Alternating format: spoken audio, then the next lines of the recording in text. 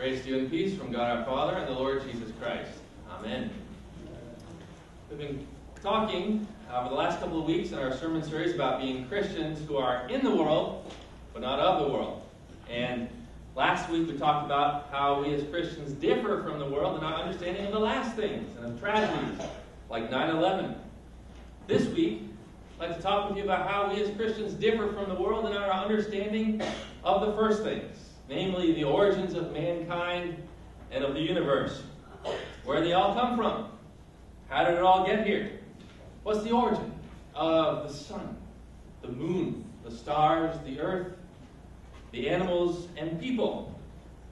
This is an important question to ask because what you believe about this is going to affect your view of life, how you live it, and perhaps even determine your eternal destiny, as we'll see. And one thing we can say for sure to start is we're definitely different from the world on this, on our understanding of the first things. And today I'd like to talk then, where did all things come from? The sun, the moon, the stars, the creatures, and us, people. What's our God teach us? Well, the first thing I believe God says to us this morning is this. Children, listen to my word on the subject. Listen to my word. Isaiah 45, verse 18, reads like this. For thus says the Lord, who created the heavens, he is God, who formed the earth and made it, he established it. He did not create it in chaos, he formed it to be inhabited. I am the Lord, and there is no other. So God tells us here he created the heavens and the earth. We know that from Genesis 1. In the beginning, God created the heavens and the earth was without form and void, and darkness was upon the face of the deep. We also know that he created all things through Jesus Christ. It says in our gospel reading for today, in the beginning was the Word, and the Word was with God, the Word was God. All things, he was in the beginning with God, all things were made through him, and without him was not anything made that was made. So God says to us, I created the heavens and the earth. Second thing God says is, I created all the creatures and all their wondrous designs and varieties and beauty. It says in Genesis 1, verse 20, and God said, let the waters bring forth swarms of living creatures, and let birds fly above the earth, across the firmament of the heavens. So God created the great sea monsters, and every living thing that moves, with which the waters swarm according to their kinds, and every winged bird according to its kind. And then all the animals, the beasts of the field as well. God made them all. Third thing God says is, I created man in my own image. It says in Genesis 1, let us make man in our own image, says God, after our likeness, and let them have dominion over the fish of the sea, etc. So God created man in his own image. In the image of God, he created him, male and female, he created him. So, we believe that God made mankind. And how did he make all of us? By making one man, one literal man, who was named Adam, the first man. And God took the dust of the earth, shaped it, and breathed into his nostrils the breath of life, and man became a living being. And God took Eve from him. And he said, I made them male and female. And you are their offspring, they your first parents, says God. And from these the whole world, the whole earth was populated. Now I got another question. How long did it take God to do this? It's written here in Genesis 2 verse 1. Read that. Thus the heavens and the earth were finished, and all the host of them. And on the seventh day God finished his work which he had done, and he rested on the seventh day from all his work which he had done. So God blessed the seventh day and hallowed it, because on it God rested from all his work which he'd done in creation in the first 6 days, right?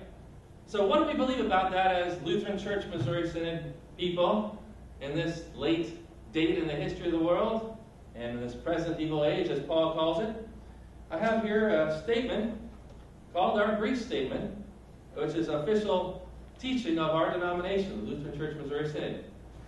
We teach that God has created heaven and earth, and that in the manner and the space of time recorded in the Holy Scriptures, especially Genesis 1 and 2, namely, by his almighty and creative word, and in 6 days. People laugh at that. People really do. 6 days, all this? You're kidding. But God says to them, but you do not understand my majesty. I'm the same God who stretched out hundreds of billions of stars by my word of power. Is anything too hard for me? Jesus says, with God, nothing is impossible. So, I just got to say, I am so thankful, really. And I praise God that I can be part of a denomination in this late day and age, in this present evil age, that still confesses these truths of Scripture, because they're quite unpopular in the world.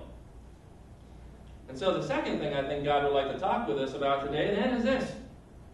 Be alert, though, and hear what the world is trying to teach you and your children about the origin of things. Let's take a look a little bit at what is taught under the banner of Darwinian evolution. Darwin and the theory of evolution. The world teaches what?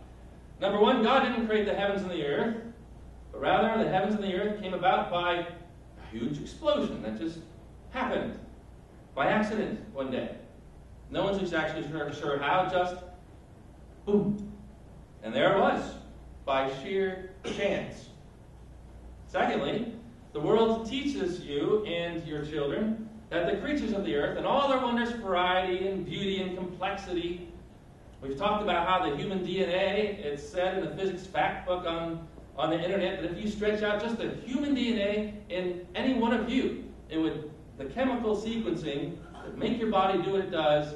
It would stretch all the way from the earth to the sun and back again 68 times. That's the physics fact book, not a Christian site on the web, on the internet. But they say all this, the creatures with all their complexity, came about by random chance. And how? From a single cell that just happened to appear when there was a random collision of infinitesimal proteins in some primordial soup eons and eons ago. And so all complex life on Earth came about like a giant slot machine. Cha-ching! Giraffe, cha-ching! Elephant, cha-ching! Insect, and everything's lining up in thousands and thousands and thousands and billions of apples all come up, cha-ching, to get an apple. This is what the world teaches us. Cha-ching. Thirdly, the world teaches you and your children that man is not a special creation of God, but is simply an evolved ape. Not to speak poorly on apes. I like apes. But it teaches that man is evolved from apes and from the lower forms of animal life.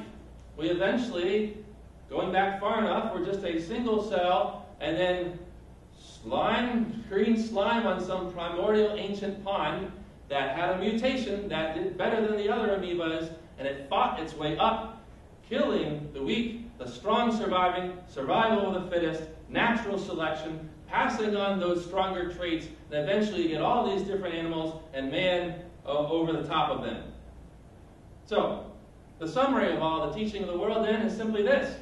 There is no God. And you don't need God. There's no need for God because we have an explanation for the universe that accounts for everything without God. It's all by cha-ching, chance, dumb luck. It all just is here by accident. That's our explanation. And this, my friends, is the world's idol. So what does God then teach and say to the people of the world? Psalm 14, first of all, he says, "The fool says in his heart, there is no God." He has a word for people like that.